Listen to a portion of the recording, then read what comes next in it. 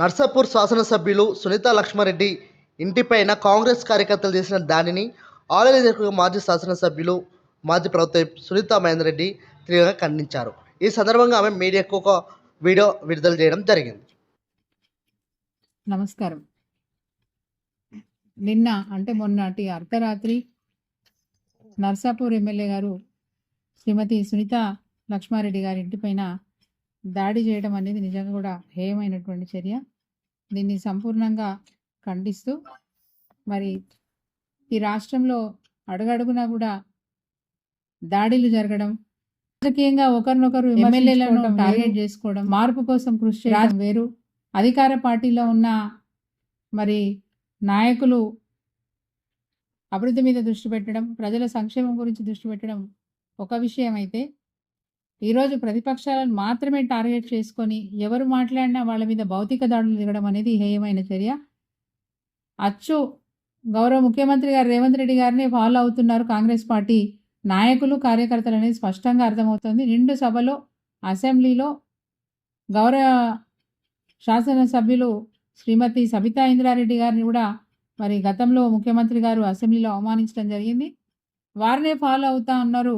మరి మొన్న చూసినాము, శాసనసభ్యులు దానిం నాగేందర్ గారు కూడా ఒక మహిళా ఎంపీని టార్గెట్ చేసుకొని మాట్లాడడం, అదేవిధంగా కవిత గారి బెయిల్ వస్తే కూడా దాన్ని కూడా హాస్యాస్పదంగా మాట్లాడడం, మహిళల పట్ల కాంగ్రెస్ పార్టీకి ఉన్న గౌరవం ఏంటో ఇట్లాంటి సంఘటనల ద్వారా తేటతెల్లం అవుతా ఉంది.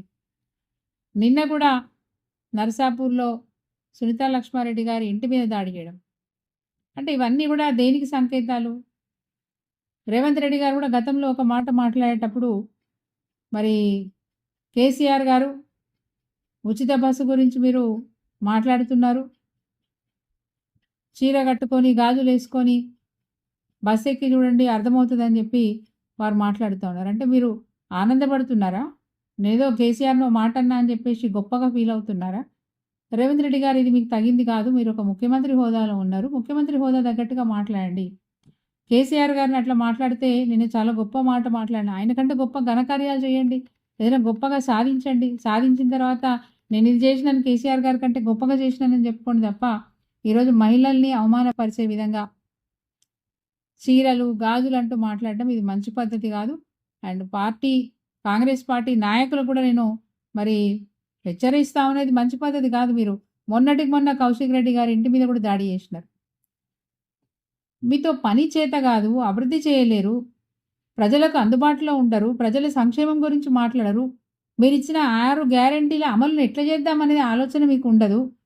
కానీ గొంతెత్తి అడిగిన ప్రతిపక్షం పార్టీ నాయకులను గొంతు నొక్కడానికి,